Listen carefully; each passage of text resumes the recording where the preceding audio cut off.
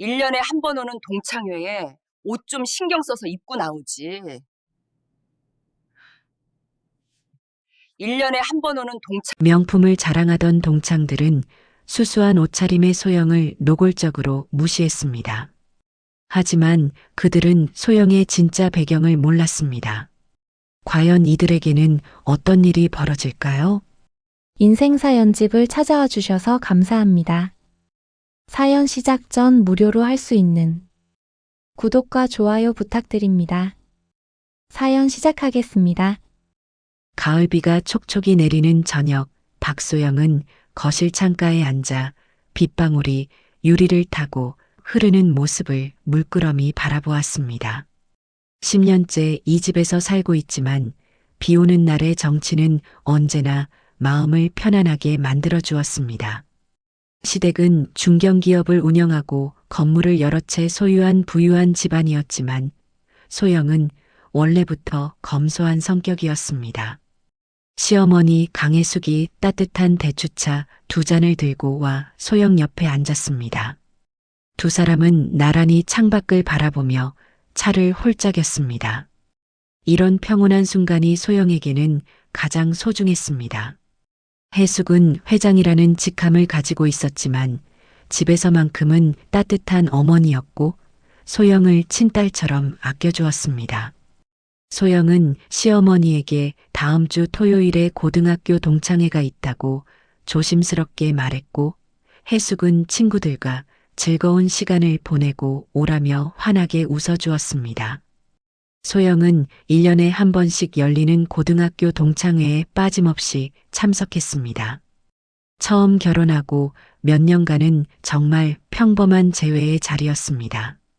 성형외과에서 일반 직원으로 일하던 윤지영, 신혼초였던 한수진 모두가 소영을 보통 친구로 대했고 소영 역시 그들과 편안하게 어울렸습니다. 누구도 소영의 시댁이 어떤 집안인지 묻지 않았고 소영도 굳이 밝히지 않았습니다. 소영은 화려한 명품 가방을 들고 다니지도 않았고 백화점보다는 동네 마트를 선호했습니다. 평소 옷차림도 수수했고 액세서리도 거의 하지 않았습니다. 검소하게 살아온 부모님 밑에서 자란 소영은 결혼 후에도 그 습관을 그대로 유지했습니다. 시어머니 혜숙도 며느리의 그런 모습을 좋아했고 화려함을 강요하지 않았습니다. 오히려 소영의 소박함이 진짜 품격이라고 생각했습니다. 동창회 날이 되었습니다. 소영은 깔끔한 니트에 청바지를 입고 집을 나섰습니다. 남편 윤재혁이 현관까지 배웅을 나와 아내의 손을 살짝 잡았고 소영은 고마운 마음에 남편을 향해 밝게 웃어 보였습니다. 소영은 지하철을 타고 약속 장소인 레스토랑으로 향했습니다. 지하철 안에서 소영은 창밖을 바라보며 친구들을 만날 생각에 설렜습니다. 20년 넘게 알고 지낸 친구들이었습니다.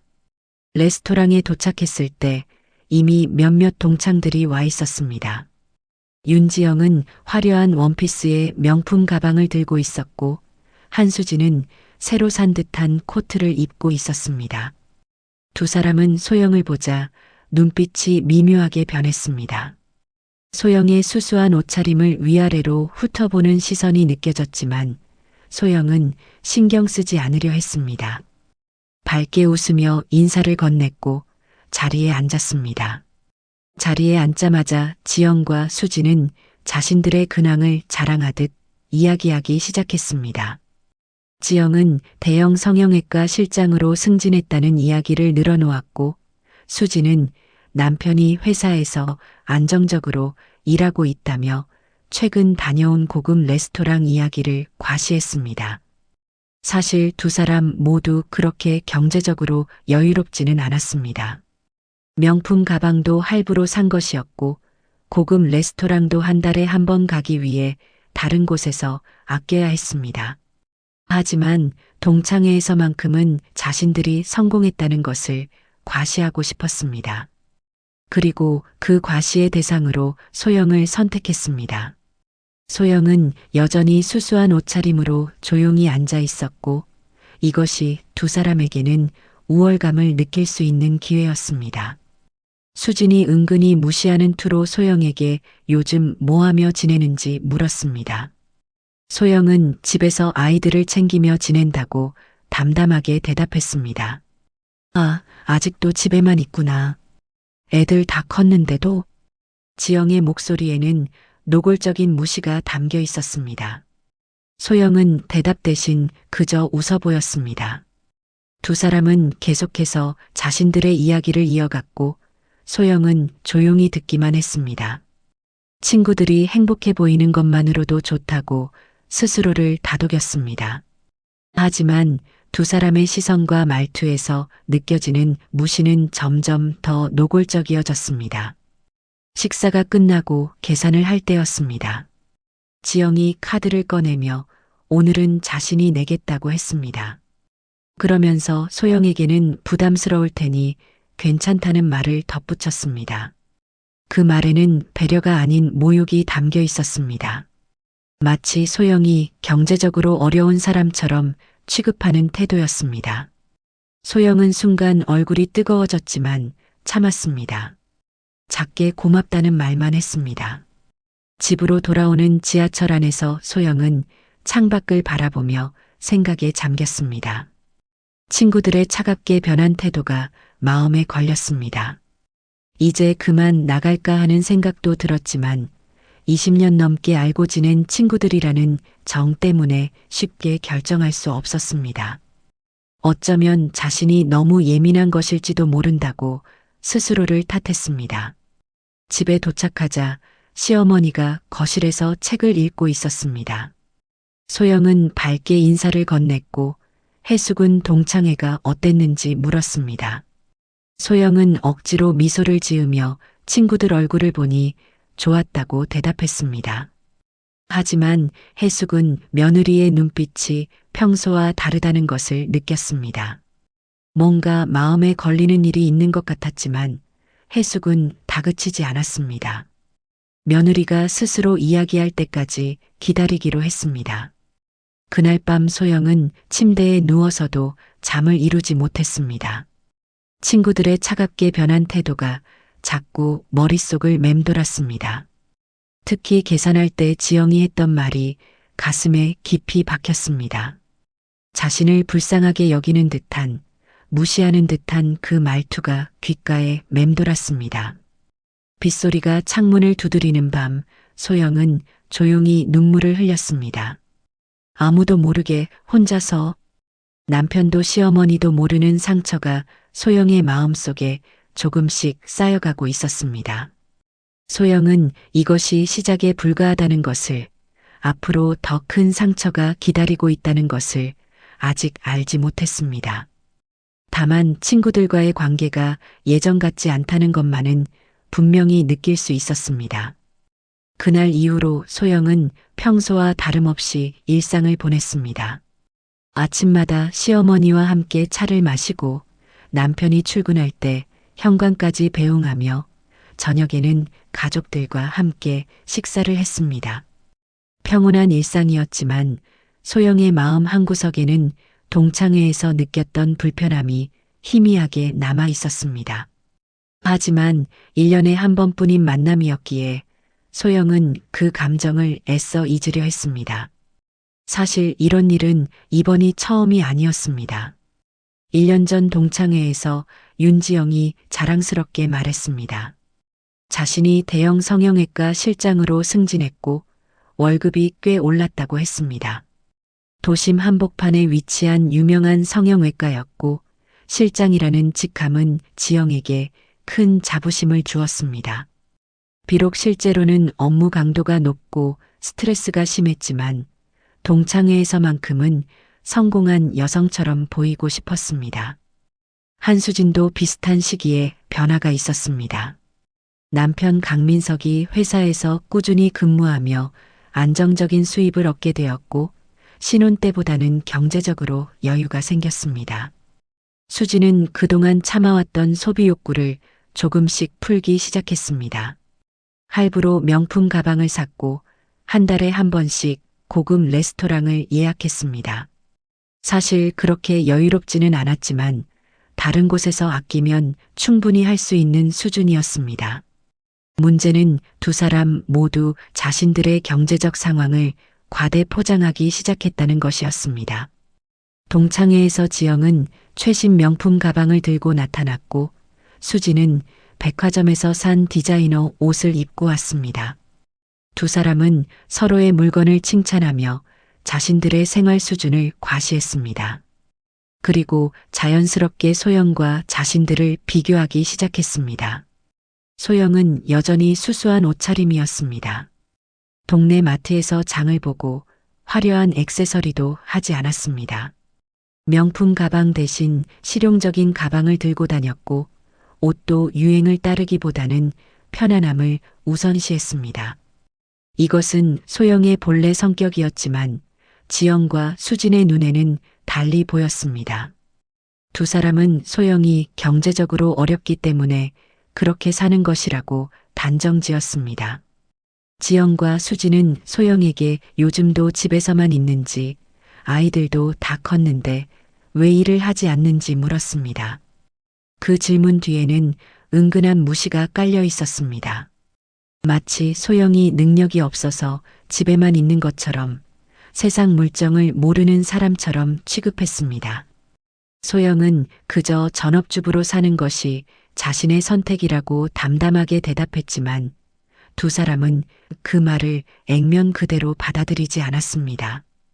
식사 자리에서도 분위기가 달랐습니다. 지영과 수지는 자신들이 최근에 다녀온 고급 레스토랑, 구매한 명품, 다녀온 해외여행 이야기를 쉴 새 없이 늘어놓았습니다. 그러면서 소영에게는 그런 것들에 대해 전혀 묻지 않았습니다. 이미 소영은 그런 것들과 무관한 사람이라고 단정 지은 듯 했습니다. 소영은 조용히 그들의 이야기를 들어주었고 친구들이 행복해 보인다는 것만으로 만족하려 했습니다. 동창회가 끝나고 집으로 돌아오면서 마음이 무거웠습니다. 동창회를 그만 나갈까 하는 생각도 여러 번 했습니다. 하지만 고등학교 시절 함께 웃고 울었던 추억들이 있었고 그 정을 쉽게 끊을 수 없었습니다. 소영은 스스로에게 말했습니다. 친구들도 나름대로 힘들게 살고 있을 거라고. 하지만 시간이 갈수록 두 사람의 태도는 더욱 노골적으로 변했습니다. 올해 동창회에서는 사진을 찍을 때 소영을 뒤로 밀어냈고 소영에게 가방을 들게 했습니다. 마치 소영이 자신들의 시중을 드는 사람처럼 대했습니다. 다른 동창들도 그 분위기를 감지했지만 누구도 나서서 말리지 않았습니다. 집으로 돌아온 소영은 거울 앞에 섰습니다. 거울 속 자신의 얼굴은 여전히 평온해 보였지만 눈빛만은 어두웠습니다. 소영은 자신에게 물었습니다. 왜 이렇게까지 참아야 하는 걸까? 왜 친구들의 무시를 견뎌내야 하는 걸까? 하지만 답은 나오지 않았습니다. 다만 친구들과의 인연을 끊는다는 것이 너무나 슬프고 두려웠습니다. 시어머니 해숙은 며느리의 변화를 조금씩 감지하고 있었습니다. 동창회를 다녀올 때마다 소영의 얼굴이 어두워지는 것을, 억지로 웃는 것을 알아챘습니다. 하지만 해숙은 며느리를 다그치지 않았습니다. 소영이 스스로 이야기할 때까지 기다리기로 했습니다. 다만 며느리가 무엇 때문에 힘들어하는지, 누가 며느리를 힘들게 하는지 알고 싶었습니다. 그날 밤 소영은 침대에 누워 천장을 바라보았습니다. 친구들의 얼굴이 하나씩 떠올랐습니다. 예전에는 그렇게 따뜻했던 친구들이 언제부터 이렇게 차갑게 변한 걸까? 소영은 자신이 뭔가 잘못한 것은 아닌지 되돌아보았습니다. 하지만 아무리 생각해도 자신의 잘못을 찾을 수 없었습니다. 다만 자신이 수수하게 산다는 것, 화려하지 않다는 것이 잘못이라면 잘못이었습니다. 소영은 조용히 눈을 감았습니다. 내년 동창회는 가지 말아야겠다고 생각했습니다. 더 이상 이런 상처를 받고 싶지 않았습니다. 소영의 마음속에는 상처와 슬픔, 그리고 혼란스러움이 뒤섞여 있었습니다. 계절이 바뀌고 또다시 1년이 흘렀습니다. 소영은 일상을 보내면서도 마음 한구석에 동창회에 대한 두려움을 품고 있었습니다. 이번 동창회는 가지 말아야겠다고 수없이 다짐했지만 막상 초대 연락이 오면 거절하지 못했습니다. 김미경이 보낸 문자 메시지에는 오랜만에 모두 만나자는 따뜻한 말이 담겨 있었고 소영은 그 따뜻함 때문에 또다시 참석하겠다고 답했습니다. 동창회 날이 다가오자 소영의 마음은 더욱 무거워졌습니다. 아침에 옷장 앞에 서서 한참을 고민했습니다. 어떤 옷을 입어도 지영과 수진의 눈에는 초라하게 보일 것 같았습니다. 결국 소영은 평소처럼 수수한 블라우스와 치마를 골랐습니다. 자신의 본 모습을 바꿀 수는 없었고 바꾸고 싶지도 않았습니다. 오늘 동창회 가는 거지? 해숙이 거실에서 소영을 부르자 소영은 억지로 밝은 표정을 지으며 대답했습니다. 네, 어머니 다녀올게요. 해숙은 며느리의 얼굴을 유심히 바라보았습니다. 웃고 있지만 눈빛은 어두웠습니다. 해숙은 며느리가 동창회를 갈 때마다 이렇게 무거운 표정을 짓는다는 것을 알고 있었습니다. 뭔가 문제가 있다는 것을 직감했지만 여전히 다그치지 않았습니다. 다만 며느리를 걱정하는 마음으로 조용히 지켜보기로 했습니다. 소영은 약속 장소인 카페로 향했습니다. 지하철 안에서 창밖을 바라보며 수없이 되뇌었습니다. 이번이 마지막이야.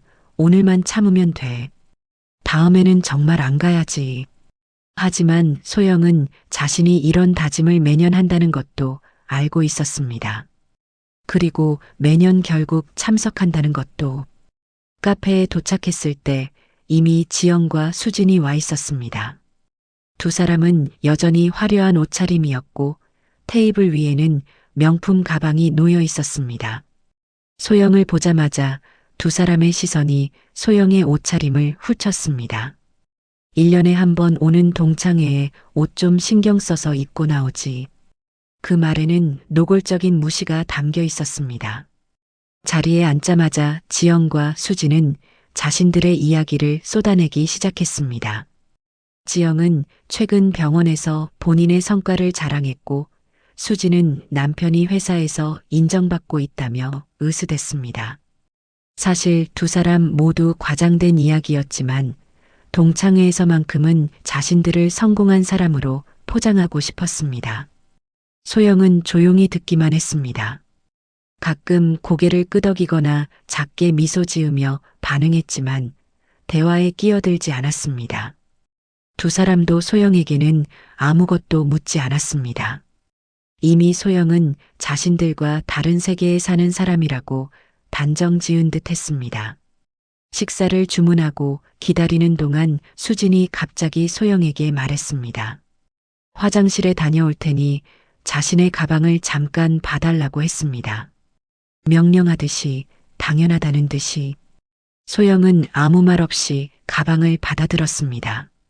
수진이 자리를 뜨자 지영도 따라 일어났고 소영은 혼자 테이블에 앉아 두 사람의 명품 가방을 지키고 있었습니다. 식사가 끝나고 사진을 찍을 때였습니다. 지영과 수진은 자연스럽게 가운데 자리를 차지했고 소영을 뒤로 밀어냈습니다. 소영은 다른 동창들 뒤에 서서 억지로 웃었습니다. 사진을 확인하던 수진이 소영 쪽을 힐끗 보며 작게 웃었습니다. 마치 소영이 사진 속에서도 뒷전이라는 것을 당연하게 여기는 듯 했습니다. 집으로 돌아오는 길, 소영은 지하철 좌석에 앉아 창밖을 바라보았습니다. 눈물이 날 것 같았지만 참았습니다. 주변에 사람들이 많았고 무엇보다 소영은 남들 앞에서 우는 것을 싫어했습니다. 다만 가슴속 깊은 곳에서 뭔가가 조금씩 무너져 내리는 것을 느낄 수 있었습니다. 집에 도착하자 시어머니가 거실에서 기다리고 있었습니다. 해숙은 며느리의 얼굴을 보는 순간 무언가 잘못되었다는 것을 직감했습니다. 요즘 얼굴이 많이 어두운데 무슨 일 있니? 해숙의 목소리에는 진심 어린 걱정이 담겨 있었습니다. 소영은 순간 모든 것을 털어놓고 싶었습니다. 친구들이 자신을 어떻게 대하는지, 얼마나 무시당하고 있는지. 하지만 입이 떨어지지 않았습니다. 시어머니를 걱정시키고 싶지 않았고, 무엇보다 이런 일로 난리를 치고 싶지 않았습니다. 아니에요, 어머니. 그냥 날씨가 더워서 그래요. 소영은 억지로 웃으며 대답했습니다. 그날 밤 소영은 잠들지 못했습니다. 침대에 누워 천장을 바라보며 오늘 있었던 일들을 되새겼습니다. 가방을 들어주던 순간, 사진에서 뒤로 밀려났던 순간, 모든 것이 선명하게 떠올랐고, 그때마다 가슴이 아팠습니다. 소영은 스스로에게 물었습니다. 왜 나는 이렇게까지 참아야 하는 걸까? 왜 친구들의 무시를 견뎌내야 하는 걸까? 하지만 답은 나오지 않았습니다.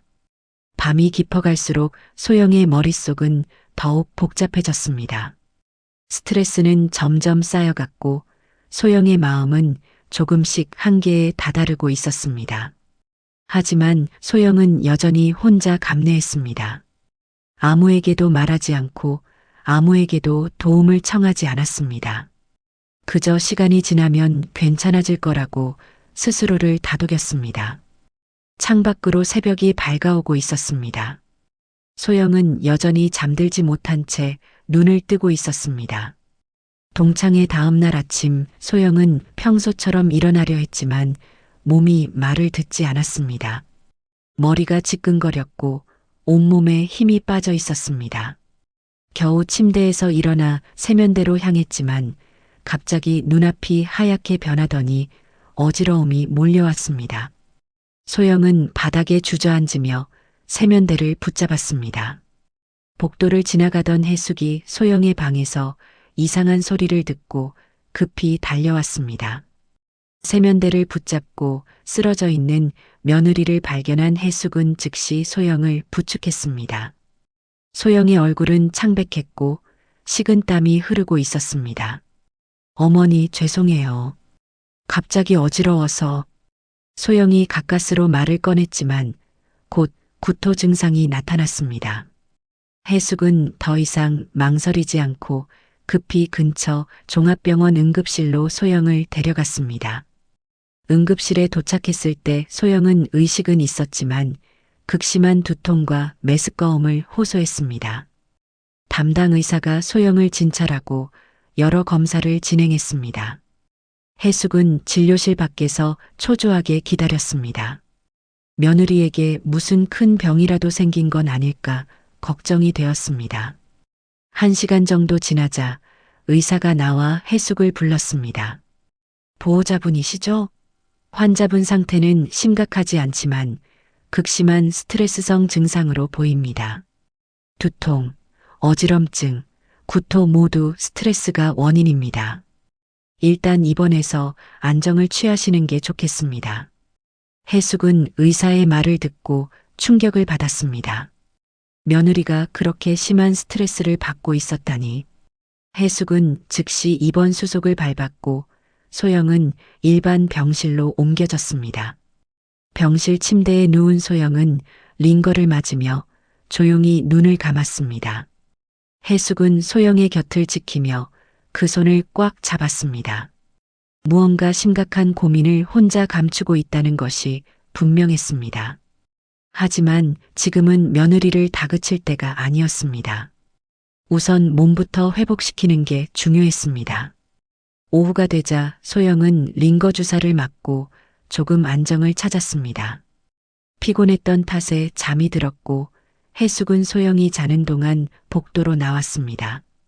병실 앞 복도를 천천히 걸으며 생각을 정리하려던 순간 낯선 여자 2명의 목소리가 들렸습니다. 박소영 병실이 여기 맞아? 403호라고 했어. 근처인 것 같은데. 해숙은 며느리 이름이 나와 무심코 그쪽을 바라보았습니다. 화려한 옷차림의 2 여자가 복도 저편에서 걸어오고 있었습니다. 병문안을 온 모양이었습니다. 해숙은 자연스럽게 복도 한쪽에 서서 그들을 지켜보았습니다. 두 여자는 병실 번호를 확인하더니 403호 앞에 멈춰 섰습니다. 하지만 문을 열고 들어가지 않고 복도에서 수군거리기 시작했습니다. 해숙은 복도 모퉁이에 서 있어서 그들 눈에 띄지 않았지만 그들의 대화는 선명하게 들렸습니다. 걘 전업주부면서 무슨 스트레스 받을 일이 있다고 입원까지 해? 비웃음이 섞인 말투였습니다. 그러게 말이야. 하여간 일도 안 하면서 주책이라니까. 두 사람은 병실 문 앞에서 소영을 조롱하듯 웃었습니다. 그래도 매년 동창회에서 보는데 병문안은 와야 하지 않겠어? 잠깐 들어갔다 나오자. 그래, 걱정하는 척이라도 해줘야지. 우리가 얼마나 바쁜데 시간 내서 온 건지 고마워해야 할 거야. 두 사람은 마치 큰 은혜라도 베푸는 양 말했습니다. 해숙의 눈빛이 순간 차갑게 변했습니다. 저 여자들이 며느리의 동창이라는 것을, 그리고 며느리를 이렇게 무시하고 비웃는다는 것을 깨달았습니다. 해숙은 당장이라도 앞으로 나가 따지고 싶었습니다. 하지만 참았습니다. 지금 모습을 드러내면 며느리만 더 난처해질 것이었습니다. 해숙은 복도 모퉁이에 몸을 숨긴 채 두 사람을 지켜보았습니다. 지영과 수지는 병실 문을 열고 들어갔습니다. 잠시 후 다시 나왔을 때 그들의 표정은 실망스러워 보였습니다. 자고 있네.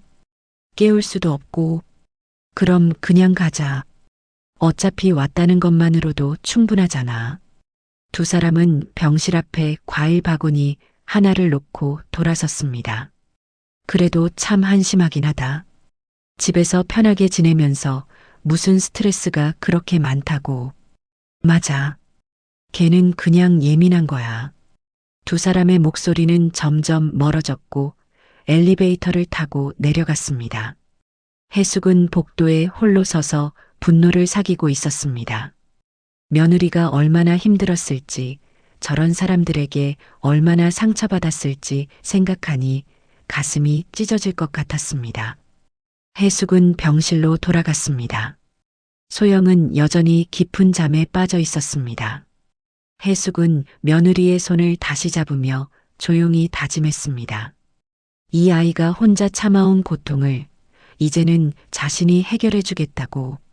며느리를 무시하고 비웃은 저 여자들에게 대가를 치르게 하겠다고. 병실 창밖으로 해가 지고 있었습니다. 해숙은 며느리의 얼굴을 바라보며 결심을 굳혔습니다. 며느리는 자신이 지킬 것입니다. 가족을 함부로 대한 자들은 반드시 후회하게 만들 것입니다. 해숙의 눈빛에는 냉정한 결의가 담겨 있었습니다. 저녁이 되어 남편 재혁이 병원으로 달려왔습니다. 아내가 쓰러졌다는 연락을 받고 회사에서 급히 나온 것이었습니다. 재혁은 아내의 손을 잡으며 자책했습니다.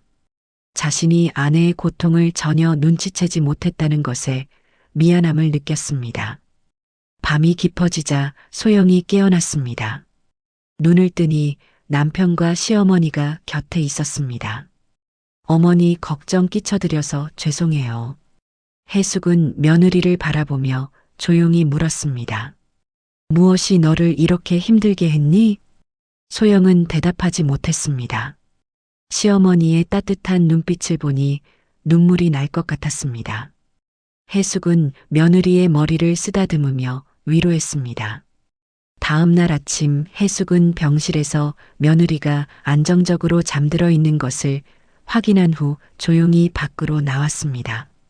복도 끝 조용한 공간에서 휴대전화를 꺼내 전화를 걸었습니다. 이 비서, 지금 당장 병원으로 오세요. 급한 일이 있습니다. 해숙의 목소리는 평소와 달리 차갑고 단호했습니다. 이 비서는 회장의 목소리 톤만으로도 심상치 않은 일이라는 것을 직감했습니다. 30분 후 이 비서가 병원에 도착했고 해숙은 1층 한적한 카페로 그를 불렀습니다. 윤지영, 한수진. 이 두 명을 철저히 조사하세요. 해숙이 두 사람의 이름을 또박또박 말했습니다. 이 비서는 즉시 수첩을 꺼내 이름을 적었습니다.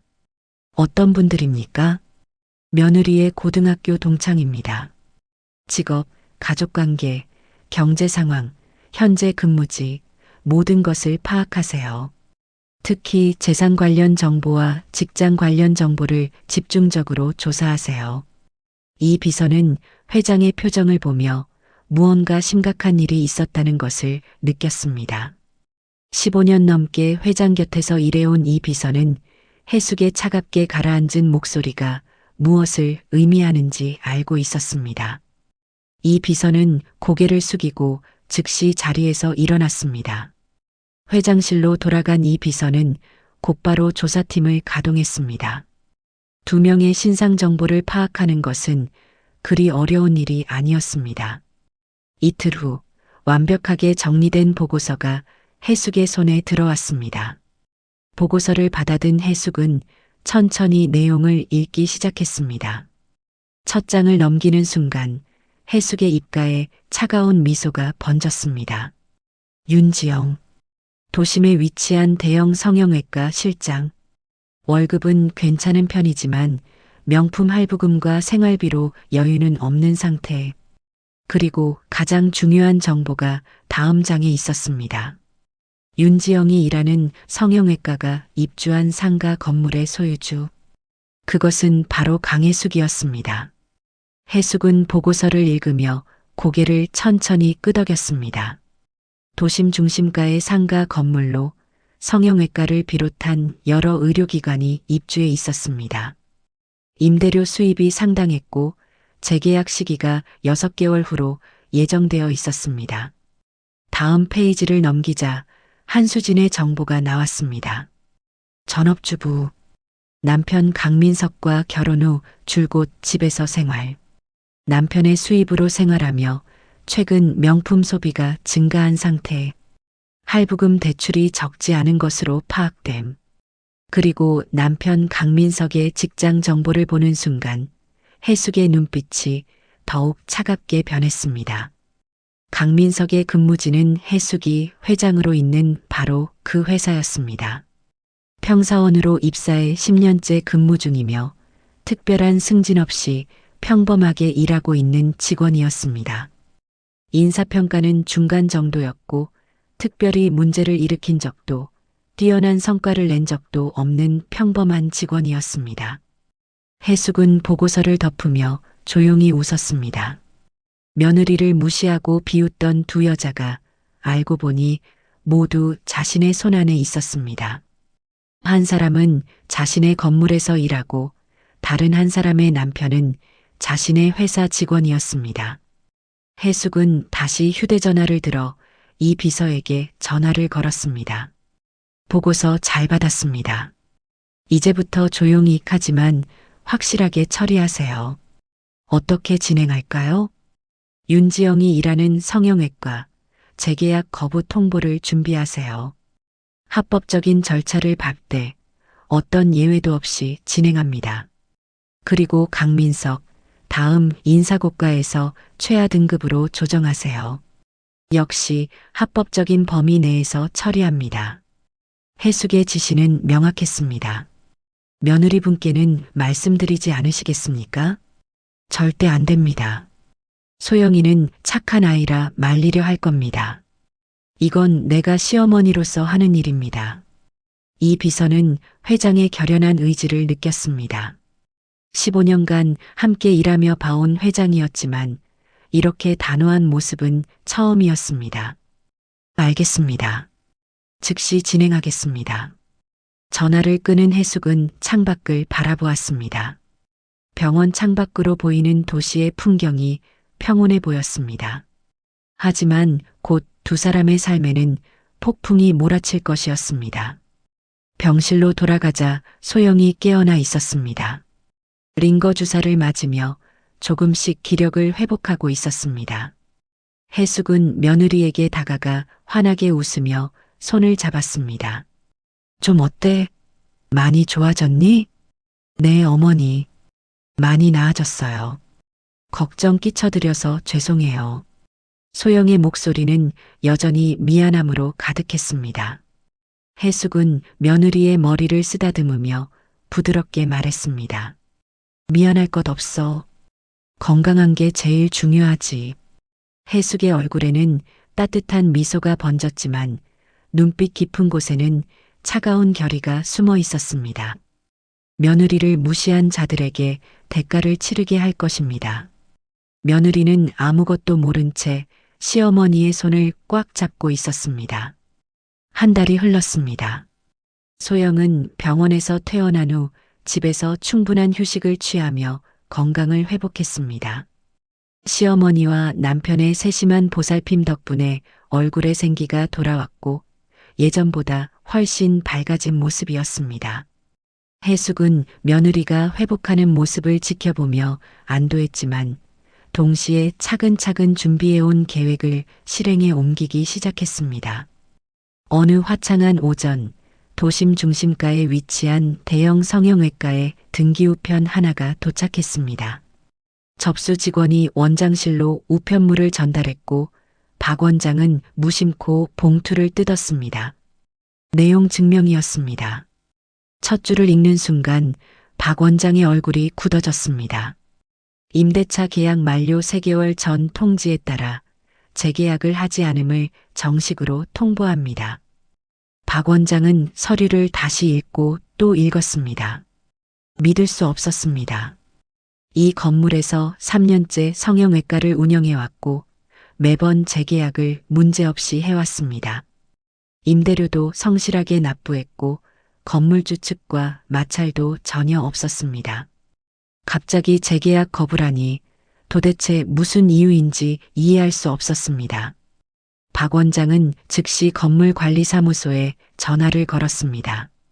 담당 직원은 차갑고 공손한 목소리로 대답했습니다. 원장님, 건물주 측의 사업상 결정입니다. 더 이상 재계약을 진행하지 않기로 했습니다. 사업상 결정이라니요?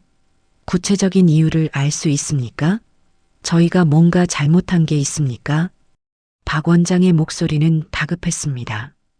특별한 잘못은 없으십니다. 다만 건물주의 방침이 바뀌었을 뿐입니다. 더 이상의 설명은 없었습니다.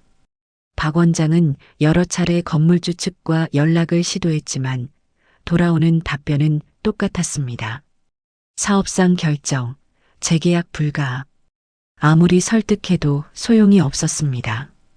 박 원장은 책상에 앉아 머리를 감싸쥐었습니다. 성형외과에서 위치는 곧 생명이었습니다. 도심 한복판의 입지, 이것이 환자 유입의 핵심이었습니다.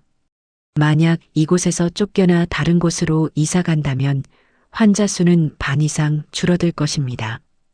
게다가 이사 비용만 수억 원이 들어갑니다. 새로운 인테리어, 장비 이동, 홍보 비용까지 감당하기 어려운 금액이었습니다. 박 원장은 직원들을 불러 모았습니다. 윤지영을 포함한 모든 직원들이 회의실에 모였습니다.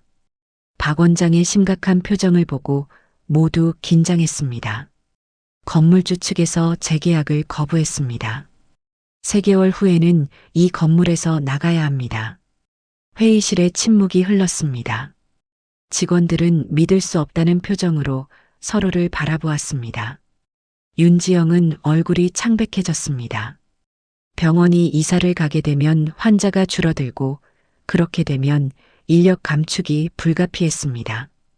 실장이라는 직함도 위태로워질 수 있었습니다. 같은 시각 회사 인사팀에서는 정기 인사고가 결과가 발표되고 있었습니다. 강민석은 자신의 책상에서 업무를 보고 있었습니다. 올해도 무난하게 중간 등급을 받을 거라고 생각했습니다. 특별히 잘한 것도 못한 것도 없었으니까요. 그러나 인사고가 결과를 보는 순간 눈앞이 하얗게 변했습니다. 최하 등급. 그것도 전 부서 통틀어 최하 등급을 받은 사람은 민석 혼자였습니다. 서류 하단에는 차가운 문장이 적혀 있었습니다. 향후 인사 조치에 불이익 예정. 승진 대상에서 제외. 재평가 시까지 현 직급 유지. 민석은 인사팀으로 달려가 담당 직원에게 이유를 물었지만 돌아오는 답변은 모호했습니다. 회사 전체 평가 시스템에 따른 결과입니다. 구체적인 사유는 상급자와 상담하시기 바랍니다. 민석은 직속 상사를 찾아갔습니다. 상사는 난처한 표정으로 민석을 바라보았습니다. 민석 씨, 나도 정확한 이유는 모르겠어요. 위에서 내려온 결정입니다. 부장님, 제가 뭘 잘못했습니까? 실적도 나쁘지 않았고 문제를 일으킨 적도 없는데요. 민석의 목소리는 절박했습니다. 나도 그래서 이상하게 생각하고 있어요. 솔직히 당신 평가는 중간 정도로 올라갔었거든요. 그런데 마지막에 갑자기 바뀌었어요. 상사의 말에 민석은 더욱 혼란스러워졌습니다. 회사 곳곳에서 소문이 퍼지기 시작했습니다. 점심시간 식당에서, 복도에서, 휴게실에서 직원들이 수군거렸습니다. 강민석 과장, 최하 등급 받았대. 진짜? 왜? 일 못하는 것도 아니던데. 글쎄, 소문에는 회장님 미움받았다는데. 회장님이 왜 평직원을 신경 쓰겠어? 뭔가 큰 실수를 했나 보지. 민석은 동료들의 수군거림을 들으며 참담한 심정이었습니다. 자신이 무엇을 잘못했는지 전혀 알 수 없었습니다. 10년 동안 성실하게 일해왔는데 갑자기 이런 불이익을 받다니 억울했습니다. 집으로 돌아온 민석은 소파에 주저앉았습니다. 아내 한수진이 남편의 어두운 표정을 보고 다가왔습니다. 당신 무슨 일 있어요? 민석은 인사고가 결과를 수진에게 말했습니다. 이게 무슨 일이에요? 당신이 뭘 잘못했다고. 나도 몰라. 아무도 정확한 이유를 말해주지 않아. 부부는 식탁에 마주 앉아 말없이 시간을 보냈습니다. 최하 등급이라는 것은 단순한 평가가 아니었습니다. 앞으로 승진도 어렵고 자칫하면 구조조정 대상이 될 수도 있었습니다. 할부로 산 명품 가방, 고급 레스토랑 식사, 모든 것이 갑자기 부담스러워졌습니다. 윤지영도 비슷한 상황이었습니다. 집으로 돌아온 지영은 침대에 누워 천장을 바라보았습니다. 병원이 3개월 후 이사를 가야 한다는 것, 그리고 그 과정에서 자신의 자리가 보장되지 않는다는 것, 실장이라는 직함을 잃게 될지도 모른다는 두려움이 밀려왔습니다. 두 사람은 각자의 집에서 불안한 밤을 보냈습니다. 하지만 여전히 이 모든 일이 박소영과 연결되어 있다는 사실은 전혀 모르고 있었습니다. 자신들이 동창회에서 소영을 무시하고 비웃었던 것이, 병원 복도에서 소영을 조롱했던 것이 이런 결과를 불러왔다는 것을 꿈에도 생각하지 못했습니다. 재계약 거부 통보를 받은 지 일주일이 지났습니다. 박 원장은 그동안 모든 방법을 동원해 건물주 측을 설득하려 했지만 번번이 벽에 부딪혔습니다. 관리사무소는 더 이상 전화를 받지 않았고 이메일도 답장이 오지 않았습니다. 박 원장은 병원 운영에 집중할 수 없을 정도로 초조했습니다. 환자들은 여전히 찾아왔지만 원장의 머릿속은 온통 이사 문제로 가득했습니다. 그날 오후 원장실 전화기가 울렸습니다.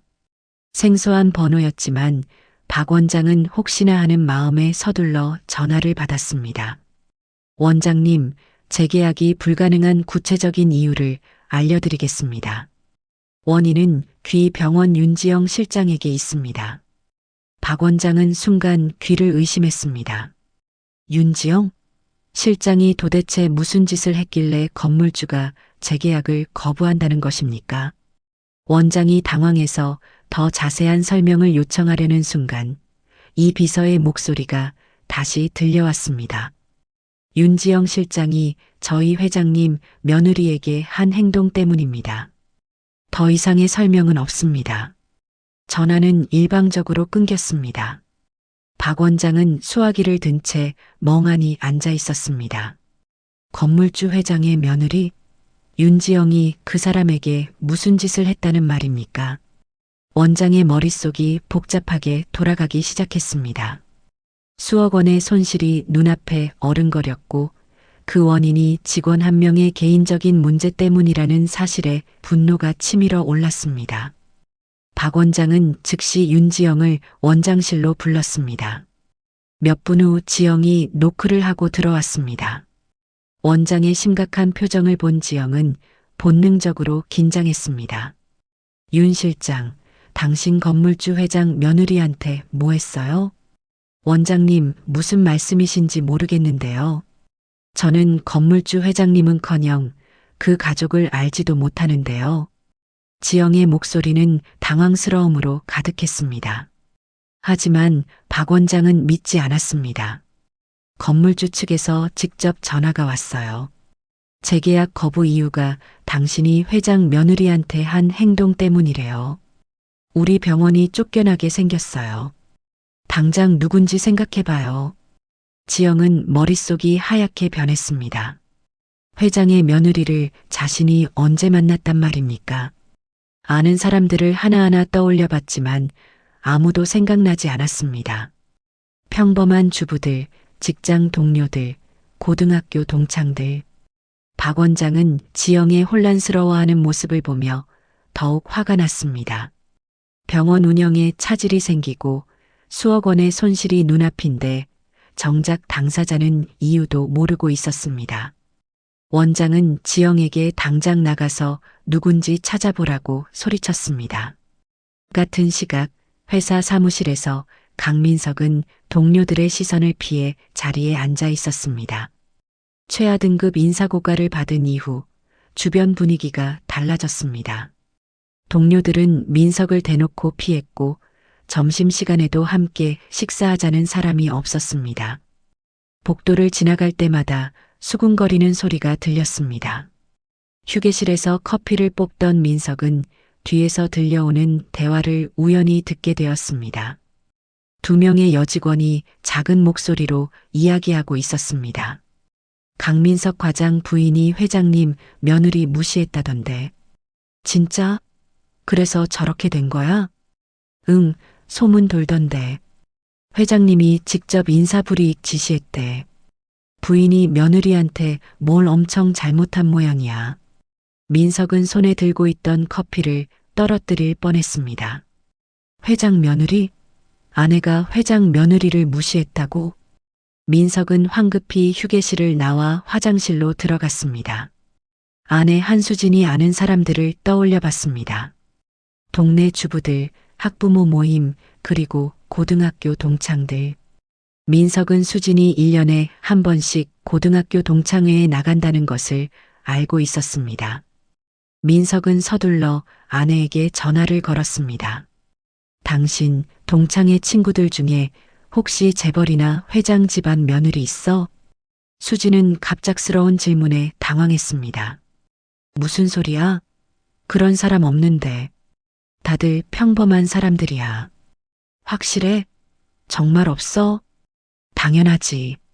나보다 잘 사는 친구도 별로 없어. 다들 그냥 평범하게 살아. 민석은 전화를 끊었지만 여전히 의심스러웠습니다. 회사에서 돌고 있는 소문이 사실이라면 분명 아내가 누군가를 무시하거나 함부로 대한 것이 틀림없었습니다. 퇴근 후 집으로 돌아온 민석은 소파에 앉아 아내를 마주했습니다. 수지는 남편의 심각한 표정을 보며 불안해졌습니다. 당신 동창회에서 누구 무시하거나 함부로 대한 적 없어?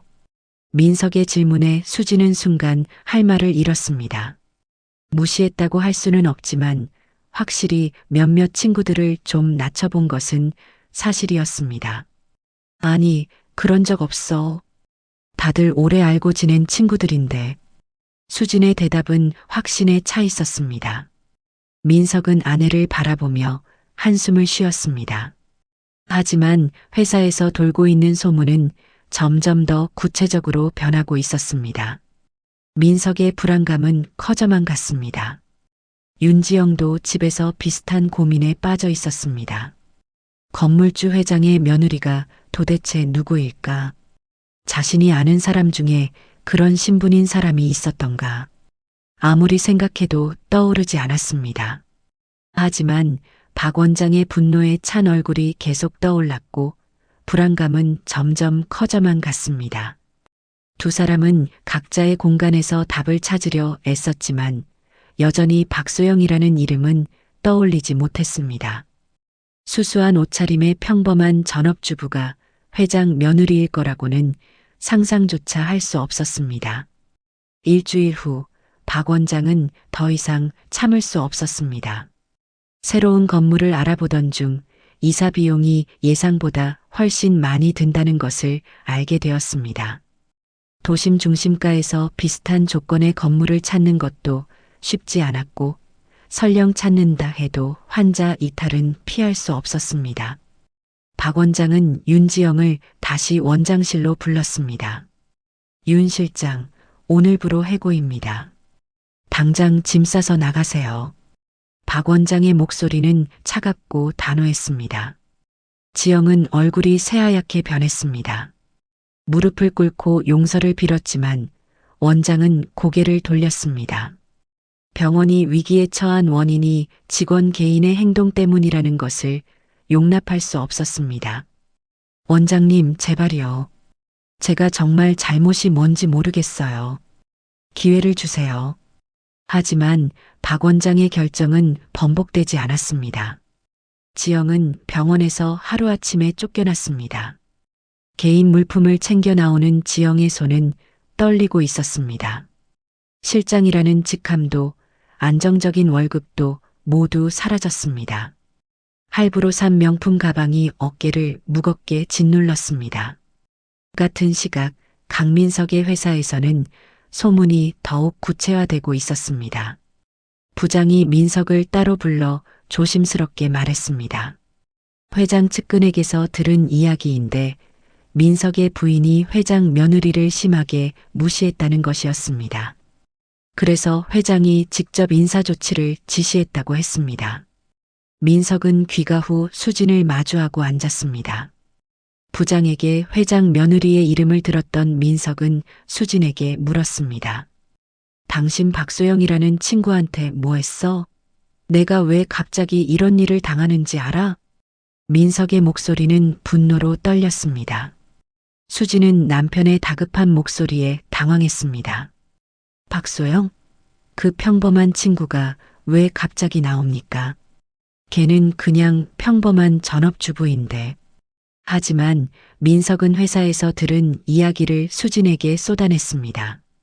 회장 며느리를 무시해서 자신이 이렇게 된 거라고, 그 사람이 박소영일 수도 있다고 말했습니다. 수진의 얼굴에서 혈색이 사라졌습니다. 말도 안 되는 소리였지만 남편의 절박한 표정을 보니 불안감이 밀려왔습니다. 그 수수한 옷차림의 친구가 건물주 회장의 며느리라니.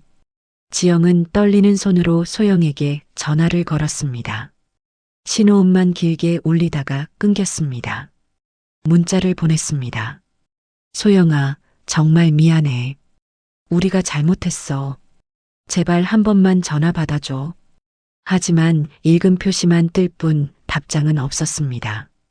수진도 똑같이 전화를 걸고 문자를 보냈지만 소영은 응답하지 않았습니다. 두 사람은 서로에게 연락해 상황을 공유했고 박소영이 정말 회장 며느리일지도 모른다는 끔찍한 가능성을 받아들이기 시작했습니다. 다음 동창회가 2주 후에 있었고 두 사람은 그때 무릎 꿇고라도 용서를 빌기로 결심했습니다. 밤늦은 시간 지영은 텅 빈 방에 홀로 앉아 있었습니다. 실직자가 된 현실이 믿기지 않았습니다. 명품 가방을 바라보며 자신의 허영이 얼마나 어리석었는지 깨달았습니다. 수진도 집에서 남편의 차가운 시선을 견디며 밤을 지새웠습니다. 할부금 고지서가 쌓여가고 있었고 앞날이 막막했습니다. 일주일 후 해숙은 소영을 거실로 불렀습니다. 두 사람은 창가에 나란히 앉았습니다.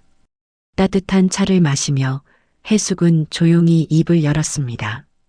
병원에서 있었던 일 복도에서 들었던 지영과 수진의 대화, 그리고 자신이 취한 조치들을 차근차근 설명했습니다. 소영은 시어머니의 이야기를 들으며 눈물을 흘렸습니다. 자신이 혼자 참아왔던 고통을 어머니가 다 알고 있었다는 것, 그리고 자신을 위해 움직여 주었다는 것이 너무나 감사하고 미안했습니다. 어머니, 어떻게 하셨어요? 해숙은 며느리의 손을 꽉 잡았습니다. 병원 복도에서 들었던 그 조롱하는 목소리들이 아직도 생생했습니다. 전업주부면서 무슨 스트레스냐는 주책이라는 그 말들이 얼마나 화가 났는지 말했습니다. 내가 아무리 착해도 남들이 널 함부로 대해도 되는 건 아니야. 특히 내 며느리는 그 누구보다 존중받아야 해. 소영은 시어머니의 품에 안겨 한동안 울었습니다. 그동안 혼자 삼켰던 서러움이 터져 나왔습니다. 해숙은 며느리의 등을 토닥이며 괜찮다고, 이제는 괜찮다고 위로했습니다. 저녁에 남편 재혁이 돌아왔습니다. 어머니로부터 모든 사실을 전해 들은 재혁은 아내를 꽉 안았습니다. 미안해 여보. 내가 진작 알았어야 했는데. 세 사람은 거실에 둘러앉아 조용한 시간을 보냈습니다. 소영은 자신을 지켜주는 사람들이 있다는 것, 가족이 자신을 얼마나 아끼는지 깨달았습니다. 시어머니의 따뜻한 손길, 남편의 다정한 눈빛, 모든 것이 소영에게는 큰 위로였습니다. 해숙은 며느리에게 말했습니다.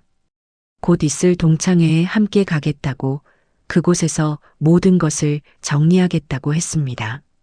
소영은 잠시 고민하다가 고개를 끄덕였습니다.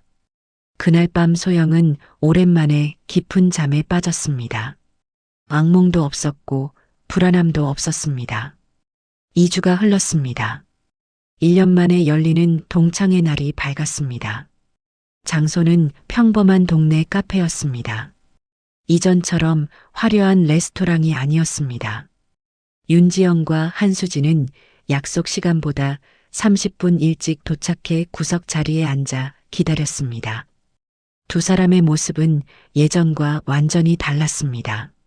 지영은 화장기 없는 얼굴에 평범한 티셔츠와 청바지를 입고 있었습니다. 수진도 비슷했습니다. 수수한 블라우스에 헤어스타일도 단정하게 묶었을 뿐이었습니다. 두 사람의 손은 테이블 위에서 불안하게 떨리고 있었습니다. 지영은 실직 후 재취업을 알아보고 있었지만 쉽지 않았습니다. 실장 출신이라는 경력이 오히려 발목을 잡았습니다. 중소병원들은 과분하다며 거절했고 대형 병원들은 나이가 많다며 외면했습니다. 할부금은 계속 나갔고 저축은 바닥을 드러내고 있었습니다. 수진의 집안도 어려웠습니다. 남편 민석은 최하 등급 인사고가 이후 회사에서 투명인간 취급을 받았습니다. 동료들은 민석을 피했고 중요한 프로젝트에서도 배제되었습니다. 승진은 물 건너갔고 언제 구조조정 대상이 될지 모르는 불안한 나날이었습니다. 명품 가방들을 중고로 팔아야 했고 고급 레스토랑은 이제 꿈도 꾸지 못했습니다. 두 사람은 카페 입구를 바라보며 초조하게 기다렸습니다. 소영이 올까? 혹시 오지 않으면 어쩌지? 불안감이 커져갔습니다. 오후 3시 약속 시간이 되자 카페 문이 열렸고 박소영이 들어섰습니다. 소영의 모습은 여전히 수수했습니다. 깔끔한 원피스에 간단한 가디건을 걸쳤을 뿐이었습니다. 하지만 예전과 달리 움츠러들지 않았고 눈빛에는 담담함이 담겨 있었습니다. 지영과 수진은 소영을 보자마자 자리에서 벌떡 일어났습니다. 두 사람은 동시에 고개를 깊이 숙였습니다. 지영의 눈에서 눈물이 흘러내렸습니다. 소영아, 정말 미안해. 수진도 떨리는 목소리로 사과했습니다. 우리가 정말 잘못했어. 우리가 너무 오만했어. 제발 용서해줘. 두 사람은 카페 안에서 무릎까지 꿇을 기세였습니다. 주변 손님들의 시선이 집중되었지만 신경 쓸 여유가 없었습니다. 자신들의 인생이 무너지고 있었고 그 원인이 소영을 무시했던 것 때문이라는 것을 이제는 확실히 알았습니다. 소영은 두 사람을 조용히 바라보았습니다. 분노도 증오도 느껴지지 않았습니다. 그저 담담할 뿐이었습니다. 그동안 받았던 상처들, 혼자 삼켰던 눈물들이 떠올랐지만 이상하게 마음이 평온했습니다. 소영이 입을 열려는 순간 카페 문이 다시 열렸습니다. 우아한 옷차림의 여성이 걸어 들어왔습니다.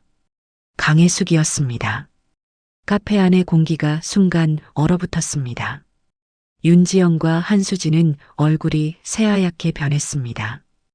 혜숙은 천천히 며느리 옆자리로 걸어와 앉았습니다. 그리고 차갑게 두 사람을 바라보았습니다. 다른 동창들은 상황을 파악하지 못한 채 어리둥절해했습니다. 하지만 지영과 수진은 알고 있었습니다. 저 여성이 자신들의 인생을 무너뜨린 건물주 회장이자 소영의 시어머니라는 것을 두 사람은 고개조차 들지 못했습니다. 혜숙은 잠시 침묵을 지켰고 그 정적이 두 사람을 더욱 짓눌렀습니다. 혜숙의 차가운 시선이 지영과 수진을 관통했습니다. 혜숙은 며느리 옆에 우아하게 앉으며 윤지영과 한수진을 천천히 바라보았습니다. 두 사람은 고개를 숙인 채 떨고 있었습니다. 카페 안의 다른 동창들도 긴장한 분위기를 감지하고 조용히 지켜보았습니다. 윤지영 씨, 한수진 씨, 혜숙의 목소리는 낮고 차갑게 가라앉아 있었습니다. 두 분 다 제 며느리를 참 함부로 대하셨더군요. 혜숙은 감정을 드러내지 않은 채 담담하게 말을 이어갔습니다. 그 냉정함이 오히려 더 무서웠습니다. 지영과 수진은 입술이 파르르 떨렸지만 아무 말도 할 수 없었습니다. 제 며느리가 착하다고 해서, 조용하다고 해서 만만하게 본 거죠? 혜숙의 눈빛은 얼음처럼 차가웠습니다. 병원 복도에서 들었던 그 대화가 다시 떠올랐습니다. 병원 복도에서 내 며느리를 비웃으시던데 그 모습 참 볼만하더군요. 순간 지영과 수진의 얼굴에서 마지막 남은 혈색마저 사라졌습니다. 혜숙이 그 자리에 있었다는 것입니까? 자신들이 소영을 조롱하던 바로 그 순간에 두 사람은 온몸이 얼어붙는 것을 느꼈습니다. 혜숙은 테이블 위에 놓인 손을 가지런히 모은 채 계속 말했습니다. 제가 내린 결정은 모두 합법적이었습니다. 박 원장님과 강민석 씨에게도 정확한 이유를 알려드렸습니다. 두 사람의 마지막 희망마저 사라지는 순간이었습니다. 혜숙의 말투에는 협상의 여지가 전혀 없었습니다. 이미 결정된 일이었고 되돌릴 수 없다는 것이 명확했습니다. 수진이 떨리는 목소리로 간신히 물었습니다. 그럼 다시 돌이킬 수 없나요? 혜숙은 수진을 차갑게 바라보았습니다. 돌이킬 수 없죠. 당신들이 제 며느리 등 뒤에서 한 말들도 돌이킬 수 없는 것처럼요. 그 한마디에 두 사람은 완전히 무너졌습니다. 자신들이 동창회에서, 병원 복도에서, 뒤에서 했던 모든 말들이 자신들에게 돌아온 것이었습니다. 소영을 무시하고 깎아내리고 조롱했던 모든 순간들이 지금의 결과를 만들었습니다. 지영은 눈물을 흘리며 고개를 숙였습니다. 혜숙은 자리에서 일어났습니다. 마지막 말을 남기기 위해서였습니다. 내 며느리를 무시하고 뒤에서 비웃었으니 그에 합당한 대가를 치른 것뿐입니다. 혜숙의 목소리는 단호했습니다. 앞으로는 사람을 겉모습으로 판단하지 마세요. 수수한 옷차림이 그 사람의 전부가 아닙니다. 그리고 허세와 허영으로 남을 깎아내려 자신이 높아 보이게 하려는 건 결국 자신의 초라함을 드러내는 것뿐입니다. 지영과 수진은 고개를 들지 못한 채 몸을 떨었습니다. 자신들이 얼마나 어리석었는지, 얼마나 오만했는지 뼈저리게 깨닫는 순간이었습니다. 해숙은 소영을 일으키며 그 자리에서 나갔습니다. 차 안은 조용했습니다. 해숙과 소영은 나란히 앉아 창밖을 바라보았습니다. 도시의 풍경이 천천히 지나갔습니다. 어머니, 고맙습니다. 짧은 말이었지만 진심이 담겨 있었습니다. 우리는 가족이야. 가족은 서로를 지키는 거야. 차가 집 앞에 도착했습니다. 현관에서는 남편 재혁이 두 사람을 맞이했습니다. 소영은 남편의 품에 안겼고 해숙은 그 모습을 따뜻하게 바라보았습니다. 가족이 함께하는 저녁 식사 시간이었습니다. 식탁에 둘러앉은 세 사람은 평온한 대화를 나눴습니다. 오늘 있었던 일에 대해서는 더 이상 언급하지 않았습니다. 이미 끝난 일이었고 앞으로 나아가는 것이 중요했습니다. 한편 카페를 나온 지영과 수지는 각자의 집으로 돌아갔습니다. 지영은 좁은 원룸에 홀로 앉아 있었습니다. 실장 시절 살던 아파트는 이미 빼고 작은 원룸으로 이사했습니다. 명품 가방들도 모두 팔았습니다. 벽에 기대어 앉은 지영은 자신의 인생을 되돌아보았습니다. 승진하고 월급이 오르자 자신이 대단한 사람이 된 줄 알았습니다. 명품을 사고 고급 레스토랑을 다니며 허세를 부렸습니다. 그리고 소영처럼 수수하게 사는 친구를 무시했습니다. 겉모습만 보고 사람을 판단했고 자신이 우월하다고 착각했습니다. 하지만 진정한 품격은 명품 가방에서 나오는 것이 아니었습니다.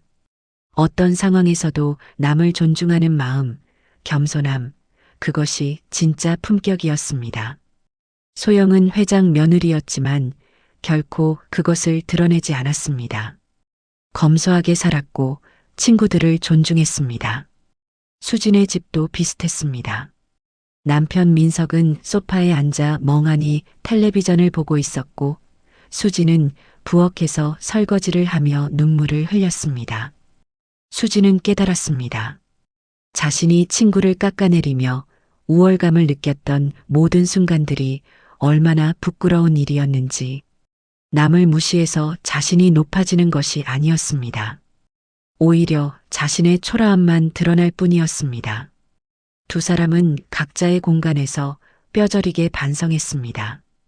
겉모습과 허세로 사람을 판단한 오만함이 자신들의 인생을 무너뜨렸습니다. 진정한 가치는 명품이나 직함이 아니라 사람을 대하는 태도에서 나온다는 것을 이제야 깨달았습니다. 밤이 깊어갔습니다. 소영의 집에는 따뜻한 불빛이 켜져 있었고 가족의 웃음소리가 들렸습니다. 지영과 수진의 집에는 침묵과 후회만 남아 있었습니다. 두 세계는 완전히 달랐습니다. 하나는 따뜻함으로 가득했고 다른 하나는 허영의 대가를 치르고 있었습니다. 끝까지 영상을 시청해 주셔서 감사합니다. 오늘의 사연이 당신의 하루에 작은 위로가 되었다면 구독과 좋아요, 댓글로 마음을 나눠주세요. 서로 얼굴은 모르지만 이곳에서만큼은 같은 이야기를 듣고 마음을 나누는 이웃이라 생각하겠습니다. 다음 영상에서 인사드리겠습니다.